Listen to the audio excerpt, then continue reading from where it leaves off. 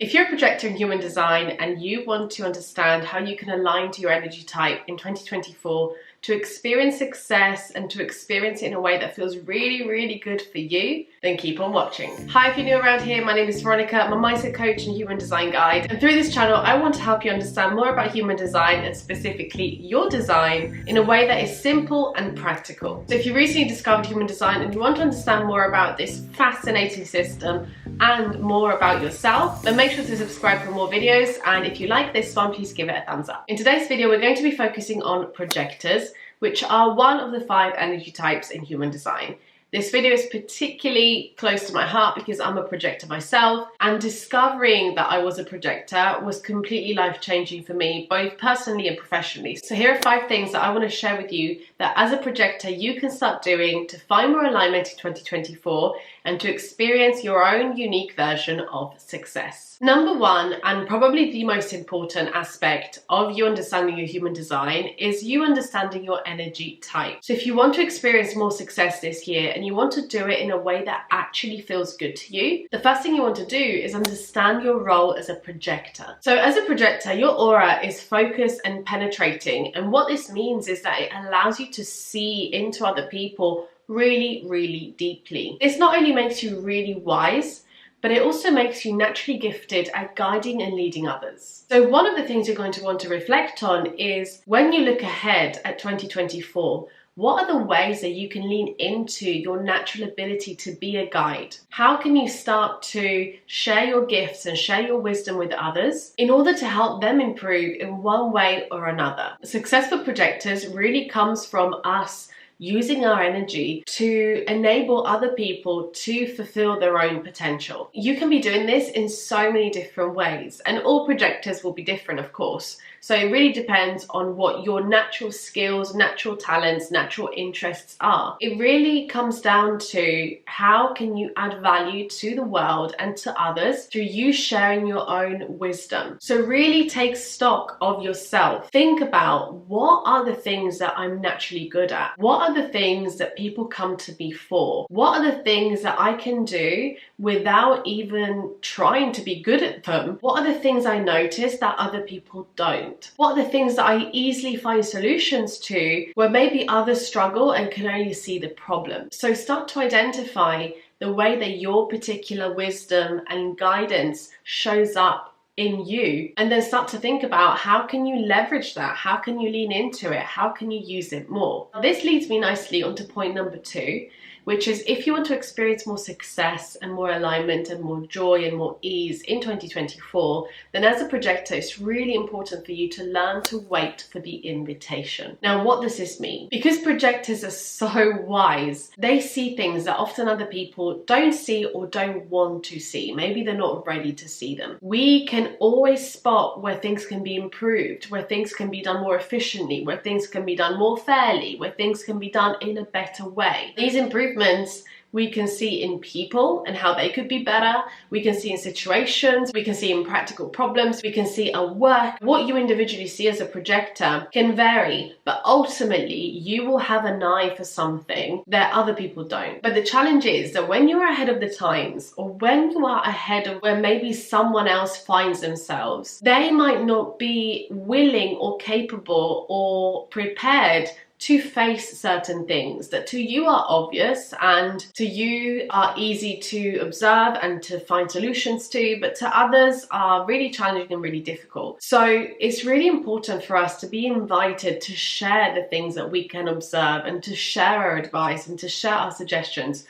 because when we don't do that, what happens is that the other person on the other side feels really exposed, almost vulnerable, and can automatically put up a wall to block us out because they simply aren't ready or, like I said, willing to acknowledge or deal with whatever it is that we see. As a projector, when you look back at your life, I'm confident that you'll be able to identify times where you were giving advice to your friends, your family, your colleagues at work that hadn't been requested or asked for. And no matter how good your advice was, how sound it was, how positively intentioned it was, it never landed well. When I learned about being a projector and I learned about our strategy, which is to wait for the invitation, so many things in my life made sense. Now looking back and knowing what I know about being a projector, it's so clear to me that in those moments what I was doing was initiating. I was trying to give my wisdom, my advice, my support, my suggestions to people that hadn't invited me to do so. And so I was being met with resistance because people weren't ready to receive what I was trying to give them. So one of the biggest gifts that we can give ourselves as projectors is to wait for the invitation. The way that we create more invitations in our life is by allowing ourselves to be recognized. Now, how do we do that? When I first discovered this about my human design, I was like, what the heck? First of all, what does it even mean to wait for the invitation? Do I always have to wait for someone to come and ask me to do something before I can do it? Does that mean that I can't make plans? Does that mean that I just have to wait at home hoping someone is going to invite me to do things? And it's not like that at all. And I do want to clarify this point because initially I thought it was really limiting and I thought it was really almost oppressive and a bit depressing, but it's not like that at all. So waiting for the invitation specifically refers to you sharing your wisdom, whatever your wisdom is pertaining to you and your skills and your natural talents. Now, that doesn't mean that we do nothing until we are invited. That means that we use that period of time that we're waiting for an invitation to arrive to practice using our skills, to prepare, to set things up, to rest, and to get visible so that when the invitation arrives, we are ready. We are ready to step up. We are ready to guide. We're ready to lead. We are ready to let our energy do what it was always meant to do. During that phase of waiting, it's not a passive waiting. It's not you sitting on your sofa watching Netflix for 7 hours a day. It's you doing the behind the scenes work. This is the mindset work. This is you learning a skill. This is you practicing your craft. This is you finding ways to make what you do visible to the world. This is you resting and recharging and recouping and recentering. All of that is not passive. It's not you just taking a nap from morning till noon, although it can be if that's what's required, if that's what you need, if you need rest. But waiting for the invitation is definitely not you just waiting around feeling like you're at the mercy of others or the universe. You are an active participant. And I actually feel like it should be renamed to preparing for the invitation, because when you're in alignment, the invitations come. And one of the biggest challenges I think most people will have, I definitely had, was trusting that that was the case. Because I have spent the first 3 decades of my life trying to be like a generator or a manifester, trying to initiate, trying to make things happen, trying to hustle my way up to the level that I desired, to my version of success. And so for me, even the idea of taking a step back and allowing things to come to me felt alien, it felt lazy, I felt guilty, I felt almost shame.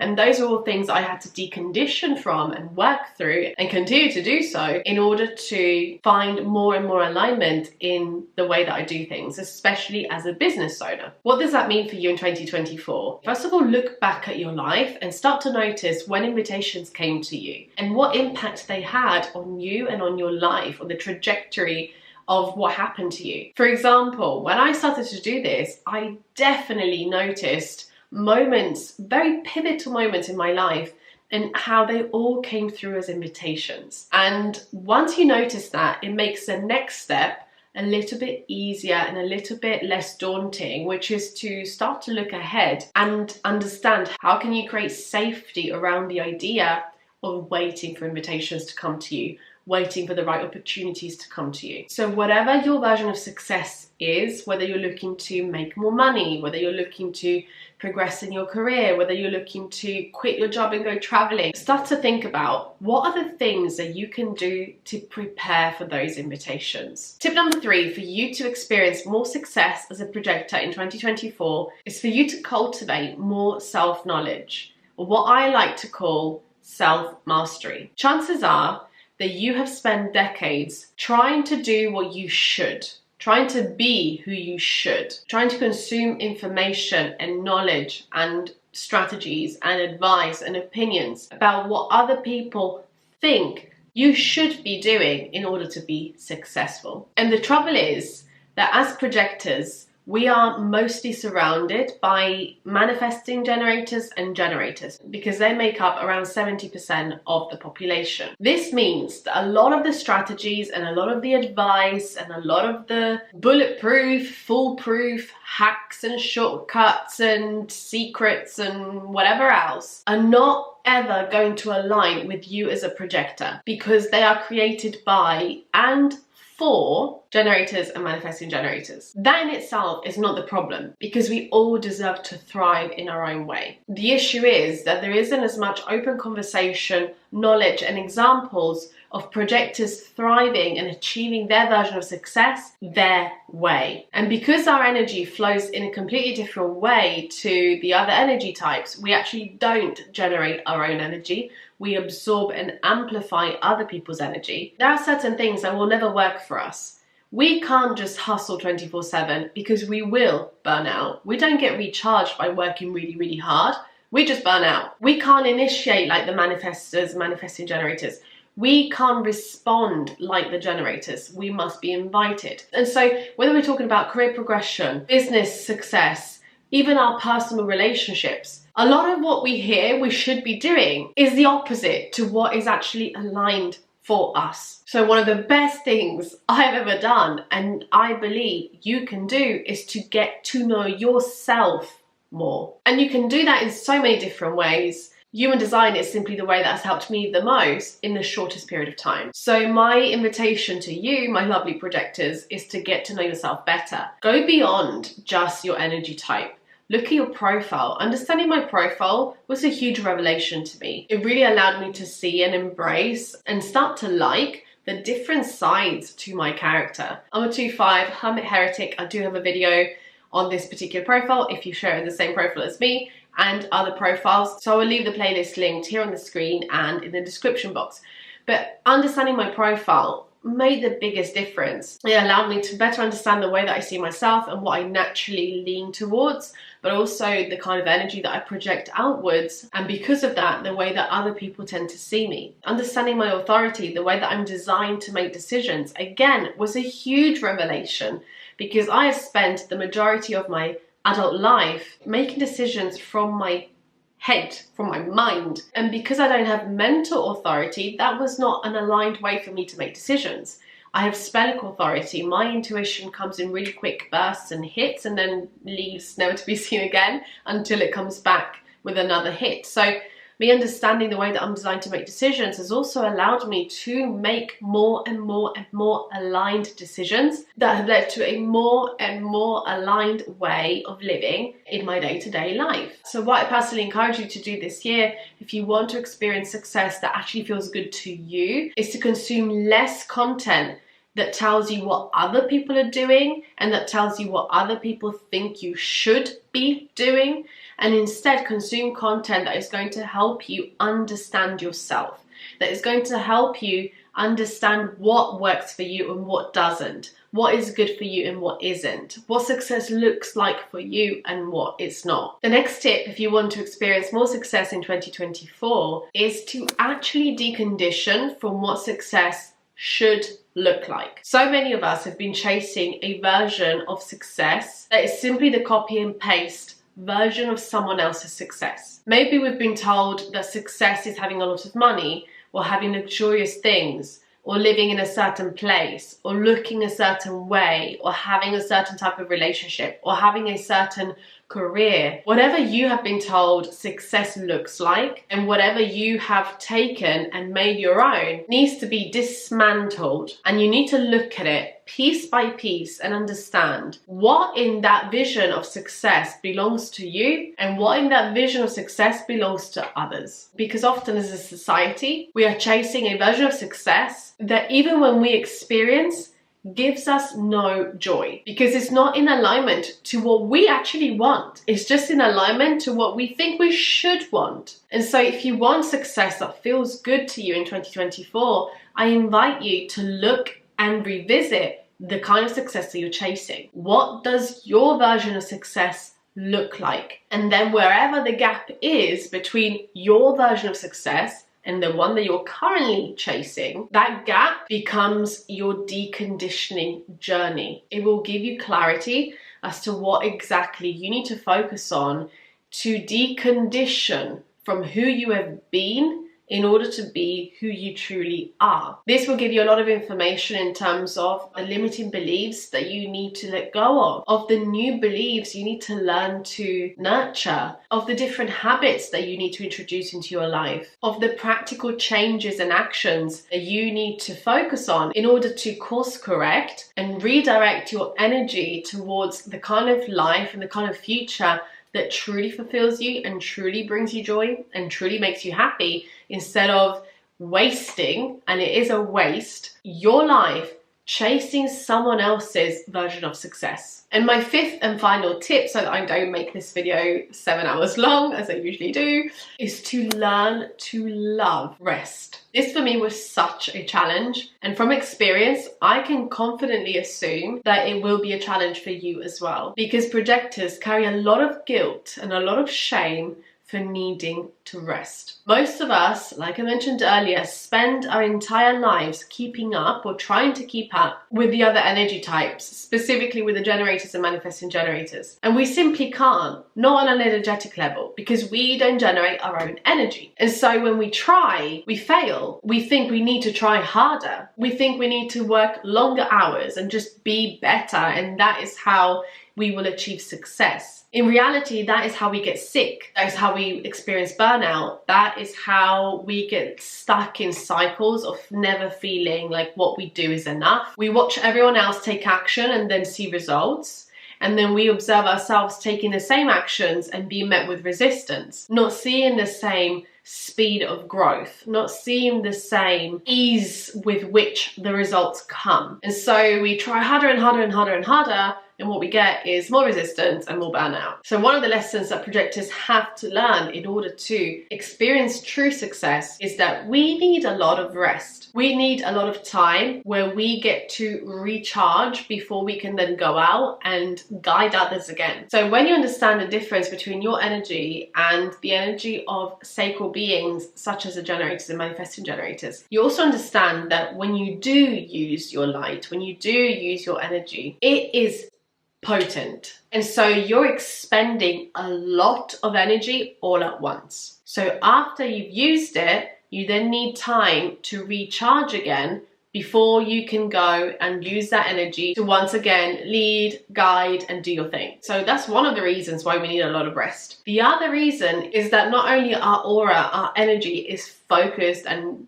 potent, but it's also absorbing. And so what we do is that when we're surrounded by people, we're constantly absorbing other people's energy and running it through our system. And this is the energy that we then use to do things, because we absorb and amplify. This is also why sometimes when we're around certain people, we can feel more energized and more outgoing and feel like we can go all day. But the problem is, when you run too much energy through a system, it can short circuit. And this is how you can burn out. So we need to be so mindful of, number one, how much energy we take in, but number two, giving ourselves enough time to rest, recoup, recharge, to then be able to be our best selves once again. Projectors are about quality, not quantity. For us, it's kind of like the less you're able to do, the better you're able to do it. And that's when we experience more success, when we focus on that quality and when we focus on leveraging our gift, which is to guide and see and correct and lead rather than to do. Now, of course, this is a whole topic that I want to discuss with you guys. Let me know if you'd like me to talk about this in terms of how does that impact projectors in a work setting, or if you have a business, because as a business owner, one of my sticking points was, well, yeah, that's all great and good, but I still have to do things to have a business. And so I had to find ways to marry the two so that they worked really well together, which now I am happy to say I'm definitely on the track of like having systems and strategies in place that allow me to really lean into my projector energy. And I've seen the benefits of it already, and I'm excited to continue to see where this is going to take me.